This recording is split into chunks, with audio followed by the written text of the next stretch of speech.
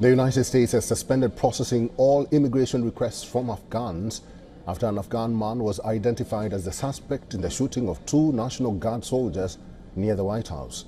This as President Trump called for a review of all Afghan migrants. The shooting suspect has been identified as Rahman Ullah Lakanwal, a 29-year-old Afghan national from Washington state. He carried out the attack near Farragut Square, a busy lunch spot for office workers just blocks from the White House. The incident prompted a lockdown of the White House. A furious Trump claimed that the suspect entered the U.S. during the chaotic pullout of troops from Afghanistan in 2021. Looks like 2 National Guard members have been shot with rapid fire.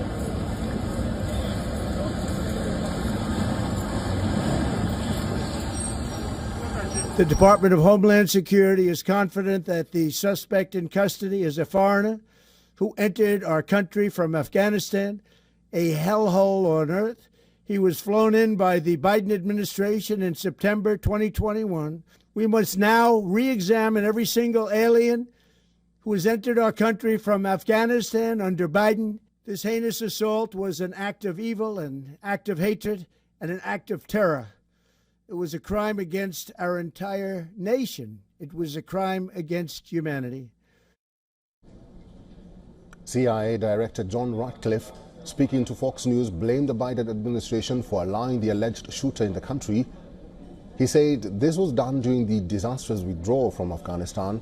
The suspect was allowed to enter, citing his prior work with the U.S. government, including CIA, as a member of a partner force in Kandahar. As the news of the shooting incident gained traction on the internet, unconfirmed details of the suspect's Facebook account containing his personal photographs and his LinkedIn account, which has over 1,000 followers and more than 500 connections, began circulating. His alleged profile page claims that he has over 11 years of experience as a humanitarian aid worker dedicated to providing critical assistance to communities in crisis Afghanistan.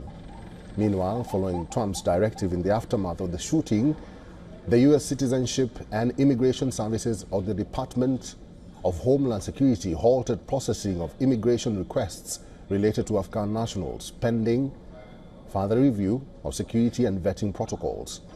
Now, according to reports, around 100,000 Afghan refugees were settled under a rehabilitation program in the U.S. and Canada after the U.S. withdrew its troops from Afghanistan in 2021. According to reports, the UK resettled 4,500 vulnerable Afghans in Britain as a protective measure. It was also reported earlier that the British Ministry of Defence accidentally exposed the identities of over 18,000 Afghans who worked in the UK before the Taliban takeover. According to the UNHCR, neighboring Pakistan, which already had an Afghan population of around 3.5 million, accepted around 700,000 refugees from the Taliban takeover.